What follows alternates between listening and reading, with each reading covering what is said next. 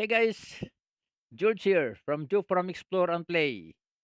Ngayon, we're diving into one of Dubai's most epic adventures, sandblasting. Ito na yung 4x4 natin. Once we hit the dunes, ibang klaseng thrill ang mararamdaman. Ready na tayo? Papasok pa lang sa desierto, ramdam mo agad yung lambot ng buhangin, yung init ng hangin, at yung endless golden dunes na parang ocean waves. Woohoo! Grabe, para kang nasa roller coaster sa gitna ng desierto. Oh. Ang taas ng dunes, ang bilis ng takbo, at yung sudden drops. Pure adrenaline.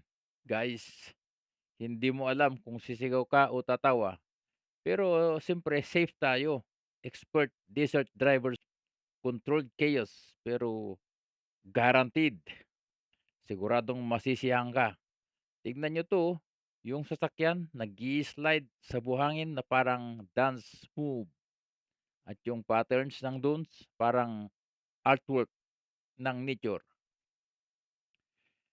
After all the action, ito naman, desert sunset, golden hour sa Dubai, desert hits different, tahimik, warm, magical.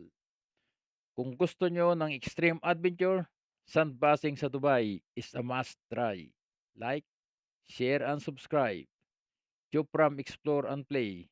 Explore more, play more, live more. See you on the next adventure. Chopram TV.